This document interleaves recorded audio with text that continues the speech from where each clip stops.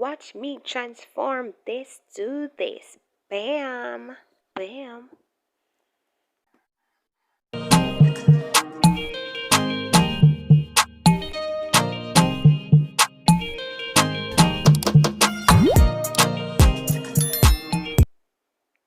Okay, so first and foremost, we are going to be making a romper. So let me get that out of the way. So this is the amount of material that we're going to use. We're going to be cutting off 17 inches because this is going to be the top area and it is long enough.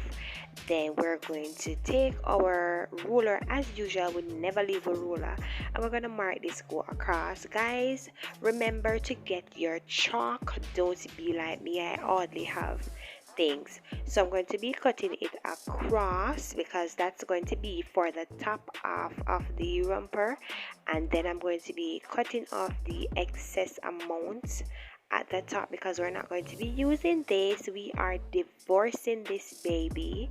Yes, we are divorcing you. Don't need you.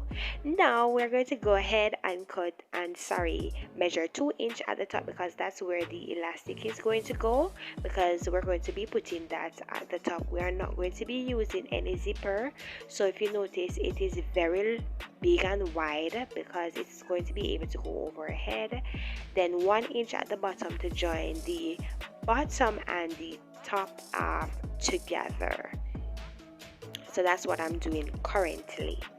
Alright, so I'm jump cutting most of this, so I will not be very detailed in talking. You will just mainly have to look.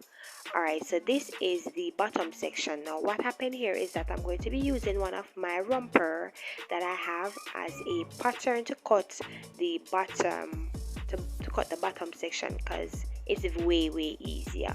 So I'm grabbing in the crotch area together, ensure that it is equal, and we're going to be cutting the top. Now the front, no, not the front, is it the front?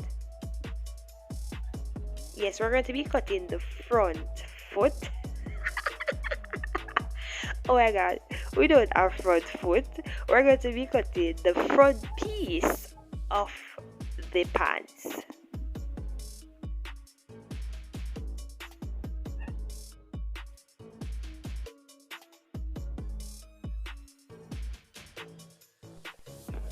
Okay, being that we cut the front piece, we're going to use it as a pattern now for the back section.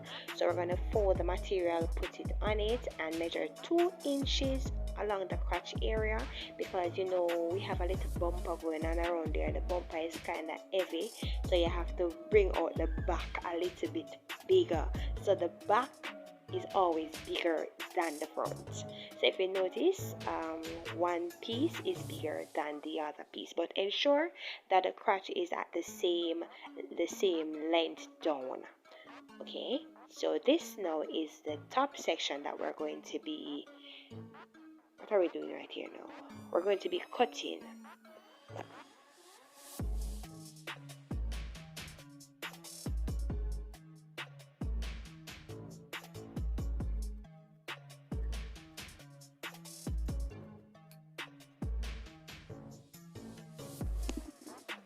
Okay, after doing that, it is crucial that you ensure that the waist of the top, which is the front piece, and the back piece is equal, because you don't want to have one of the waist for the pants part is bigger than the top area, because it's not going to look fabulous at all. So ensure that they are compatible, ensure that them can marry together and the marriage will last.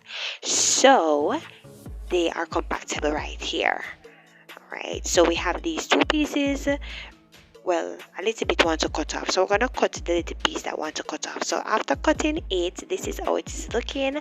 This is the back area and this is the front. The other piece would be the front area. I know it look a little bit stupid now, but trust me, it's going to look very good afterwards.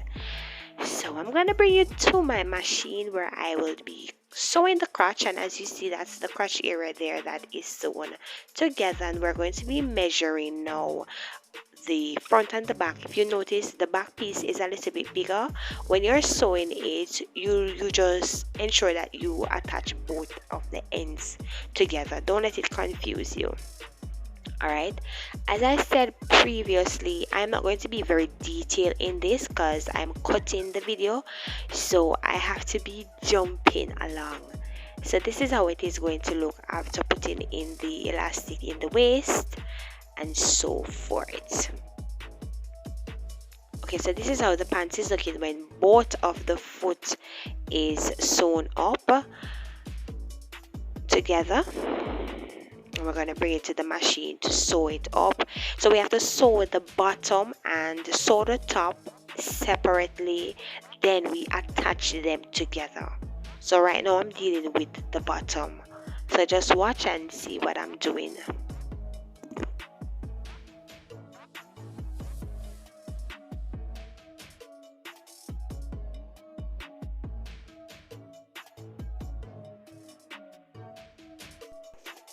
So after sewing the bottom together, now we have to go ahead and measure back again to see if they're compatible, if everything is working here.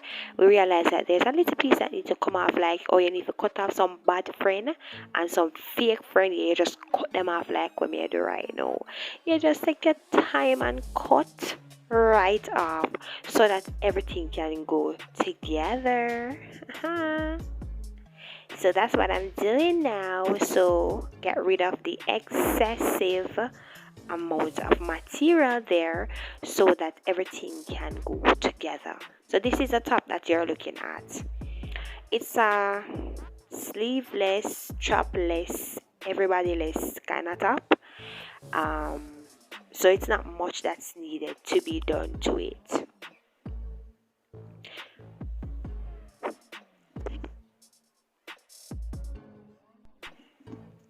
Alright, so yes, I did have the wedding now, so you go put everybody together now and match up everything.